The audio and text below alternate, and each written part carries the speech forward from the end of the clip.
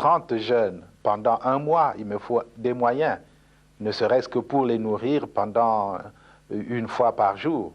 Bon.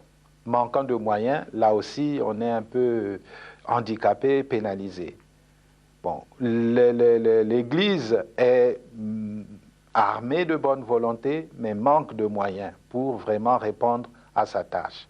Et je dirais, si l'Église était vraiment engagée, je pense que en politique, elle dirait son mot. Et je pense que son engagement s'arrête à la sacristie. Elle devrait sortir de la sacristie. L'engagement de l'Église devait sortir de la sacristie pour dicter un comportement aux femmes, aux hommes politiques, et par conséquent, les jeunes seraient automatiquement bien servis. Dans le monde comme au Congo, les femmes représentent une grande force. Mais les femmes, comme l'Église, sont inconscientes de leur force. De temps en temps, elles s'expriment, mais rarement. Et c'est très dommage. Je leur ai écrit une lettre aux femmes de mon pays, c'est-à-dire les mères, les sœurs, les épouses. Je n'ai eu aucun écho. Je leur demandais dans cette lettre, quand il y a des guerres, c'est vous qui emportez le poids le plus lourd, soit parce que vous êtes sœur de ceux qui meurent, soit parce que vous êtes épouse de ceux qui meurent, soit parce que vous êtes les mamans de ceux qui meurent. Que dites-vous à tous ceux qui nous donnent des armes? Que dites-vous à tous ces politiciens qui ne font que s'écouter et n'écoutent pas le peuple? Aucune femme ne m'a répondu. Et quand la guerre civile est arrivée, elles ont fait une marche sans connexion, sans liaison avec tout ce qui a existé déjà. C'est très dommage. L'Église, comme les femmes, sont une force inconnue et une force qui n'est pas encore mise à la disposition du peuple et par conséquent du règne de Dieu. C'est le péché peut-être de tout le monde, mais je pense que c'est d'abord le péché des femmes. Elles se sous-estiment encore trop. La non-violence, c'est aussi une arme inconnue. Parce que si elle était connue et enseignée, on n'a pas besoin des armes qui nous coûtent cher pour réaliser la volonté d'un peuple, ne serait-ce que d'une minorité. On arriverait à des succès plus éclatants et moins traumatisants qu'avec les armes. La non-violence, ceux qui la connaissent ou ceux qui la pratiquent sont infimes minorités, c'est une arme inconnue. Pourtant, la Constitution congolaise la prône, mais elle est inconnue. Il faut se dire que de la conférence nationale, tous les dirigeants actuels veulent, je dirais, l'enterrer. Ils veulent enterrer la conférence nationale, d'où ils sont issus. Bon, il paraît que l'ingratitude, c'est la monnaie courante des politiciens, mais c'est très regrettable. Du coup, la Constitution, qui n'est même pas encore mise en place, les institutions issues des élections, qui ne sont pas encore instituées, je dirais même, moi-même, ma mission n'est pas terminée, et nous tous là, c'est à la poubelle qu'on nous destine. Je pense que c'est un grave péché, et pour le passé, et pour l'avenir, dans la mesure où, si on n'a aucun repère, ou si les repères qui a permis l'élection de ceux qui sont sur le terrain n'est pas respecté, c'est la porte ouverte à la dictature, j'allais dire à la jungle. Une société qui n'a pas de loi. Certains disent qu'on va la mettre entre parenthèses. C'est tout simplement signer leur inaptitude ou leur incapacité à gérer une communauté. On ne peut pas gérer une communauté sans référence constitutionnelle. Ou alors, c'est signer qu'ils sont des dictateurs qui n'ont pas dit leur nom, et finalement, on va faire de la conférence un coup d'État camouflé. Et ceci n'est pas honnête ni pour nous qui l'avons géré, ni pour le peuple qui l'avait voulu et qui l'avait géré en se sacrifiant. C'est un vol trop important et historique pour que on puisse admettre et la violation de la Constitution et comment dire, la non-application de cette Constitution. Tout le monde s'en plaît, tout le monde ne réagit pas, et c'est là où, quand vous parliez de l'engagement de l'Église, je voudrais dire que nous sommes là en train d'entrer dans un péché que l'histoire ne nous pardonnera pas. Il ne faut pas permettre aux politiciens de se moquer du peuple à ce niveau-là, de se moquer du peuple et des lois établies par ce peuple pour faire à sa tête. Si génial soit-on, on ne peut pas se le permettre.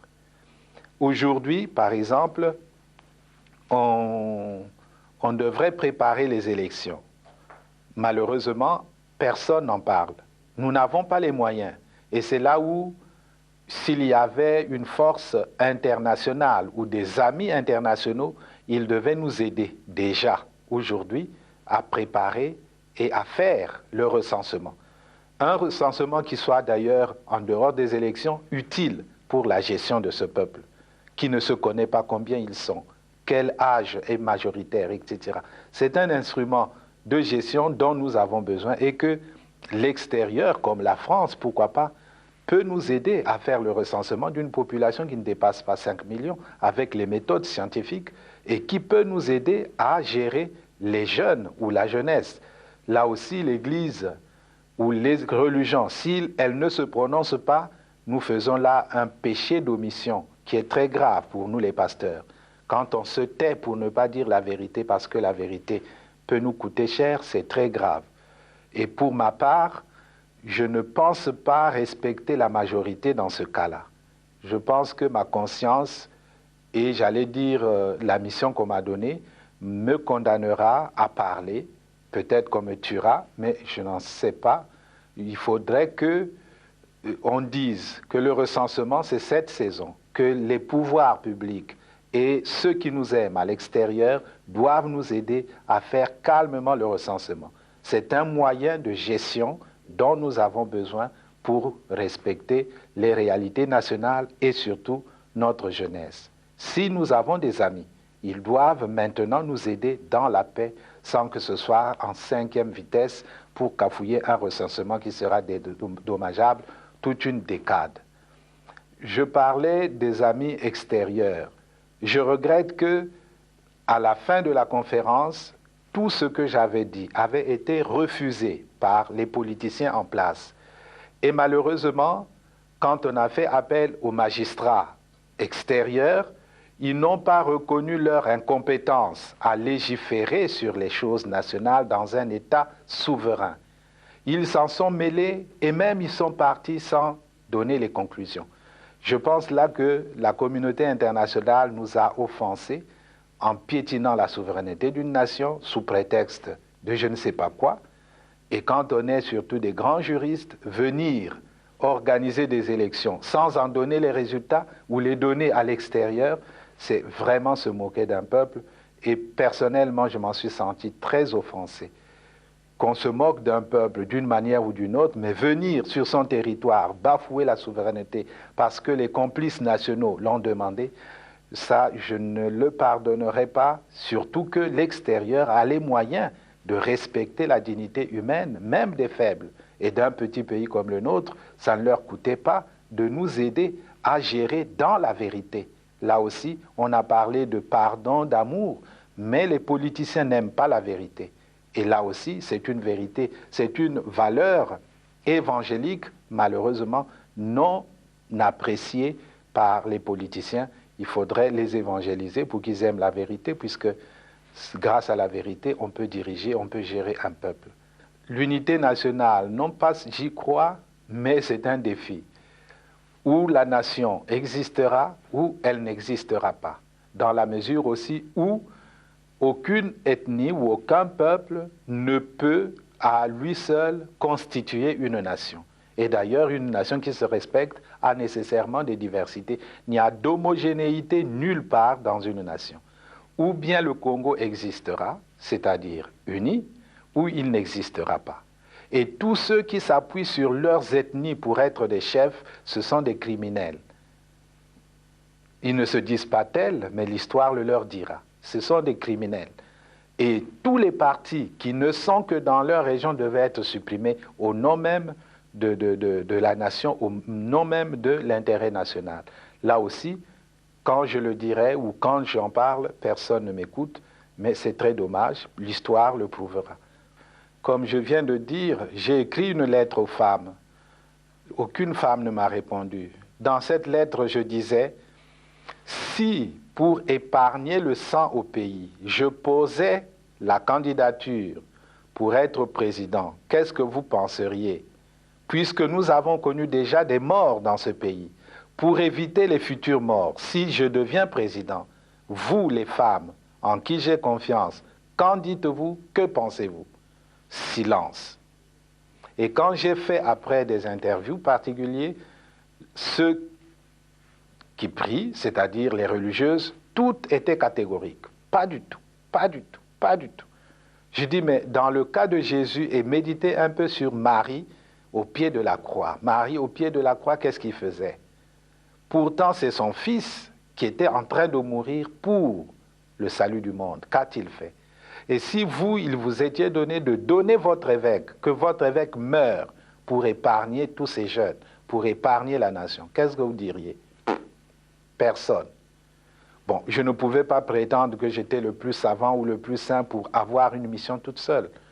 Non, je dis, personne ne comprend. Et si j'avais une mission malgré eux ou malgré elles, je serais aussi incompris.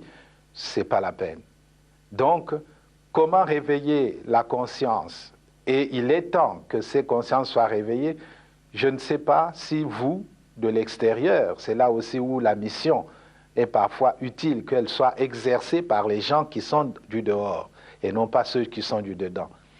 Si par exemple l'extérieur, diplomate, missionnaire, religieux, le cas de Tardif, c'est Tardif qui a confirmé certains dans les charismes qu'ils avaient. Nous avions des mamans qui se pensaient envoûtées, qui se pensaient possédées, mais c'est Tardif qui les a libérés en confirmant qu'ils avaient le don de prophétie, ils avaient le don de guérison, etc. Pourquoi pas au niveau politique que l'extérieur puisse confirmer chacun dans sa mission? Là, je pense que nous-mêmes, si on n'arrive pas à se réhabiliter dans nos missions à accomplir pour le bien du peuple, l'extérieur peut dire effectivement c'est un tel, puisque vos lois désignent un tel et un tel jusqu'à telle condition. Ce n'est pas encore rempli. Et je pense que l'Église catholique, compte tenu de sa richesse, a tous les moyens. Moi, je fais venir pour mon diocèse des prêtres de l'extérieur pour les récollections. Et quand quelqu'un de l'extérieur vient dire les vérités peut-être que vous connaissez, mais lui, il vient les dire dans l'innocence, dans la simplicité, elles sont mieux écoutées, elles sont mieux reçues, elles sont mieux assimilées que si c'est l'évêque qui le disait. Et là, je pense que pour réveiller notre peuple à la conscience ou éduquer la conscience de notre peuple, outre la presse qui démissionne, outre les intellectuels qui abdiguent, l'extérieur peut nous aider. Quand on est engagé, la peur s'estompe. Quand on n'est pas engagé, la peur occupe le lieu qui devait être rempli par l'engagement. Je pense aux sportifs engagés, je pense aux militaires engagés, je pense aux femmes engagées dans leur ménage, engagées dans l'éducation de leurs enfants. Elles n'ont pas peur. Elles n'ont pas peur. Les engagés n'ont pas peur. Et si nous, Église aussi, nous étions engagés, nous n'aurions pas peur. Même sans être Saint Ignace qui désirait le martyre, nous serions audacieux pour dire aux politiciens, même aux politiciens de nos ethnies propres, que ceci n'est pas bon. Quitte à ramasser des gifles, quitte à être persécuté, mais on n'aurait pas peur. Je pense que la peur, c'est l'expression d'un vide, d'un manque d'engagement. Et donc d'un manque d'amour, parce que celui qui aime ne peut pas ne pas s'engager. Quand on aime Dieu, on s'engage. Quand on aime la nation, on s'engage. Quand on aime les autres, on s'engage. Quand on n'aime pas, pourquoi s'engager? Je ne soupçonnais pas toutes les mesquineries, les rivalités qui pouvaient exister entre séculiers religieux et surtout entre telle ethnie et telle ethnie. Au point même que j'ai peur de ne pas abuser, que les péchés dont souffre notre société ont pris racine chez les prêtres. Et peut-être, en parlant comme ça, je suis en train d'en blesser, mais je ne pense pas, je dis la vérité. C'est-à-dire, beaucoup de nos prêtres sont inaptes à exercer la prêtrise, dans la mesure où le cancer dont nous souffrons tous, c'est-à-dire le tribalisme, a des racines dans leur cœur. Un prêtre, s'il devait faire la politique, alors que c'est nécessaire de s'appuyer sur un parti, le prêtre ne peut pas s'appuyer sur un parti, de par son identité, de par sa mission. De même, un prêtre qui conçoit son sacerdoce en fonction de son ethnie, ou comme en politique, qui prend la politique ou le sacerdoce comme lieu de valorisation, il se dénie et il faut prier pour nous parce que ces mots sont tellement enracinés et profonds en nous que nous-mêmes nous en sommes inconscients. Donc il faut nous aider et c'est là où, pour revenir aux questions antérieures, l'extérieur est utile. Moi, Laurent peut me dire que ça, c'est pas bon. Quand j'étais nommé évêque, j'ai écrit à tous les amis jésuites, est-ce que le Saint-Père s'est trompé? Et je suis allé le lui dire d'ailleurs, que je pense que malgré vos succès, Saint-Père, vous vous êtes trompé en me nommant évêque. Bon, il a souri, puis il me dit qu'il avait consulté tout son entourage, qu'il n'y avait pas d'exception, d'objection, mais qu'il savait que j'allais souffrir, par conséquent, il fallait qu'on prie pour moi. J'avais écrit à tous les jésuites.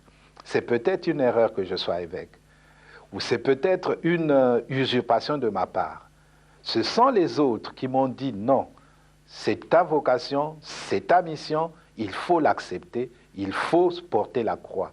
Et je pense que c'est dans cette logique que Laurent n'a pas hésité à m'envoyer une équipe parce qu'il se savait que j'étais en mission du Saint-Père, en mission évangélique et que la persécution était tout à fait normale et que je devais la supporter.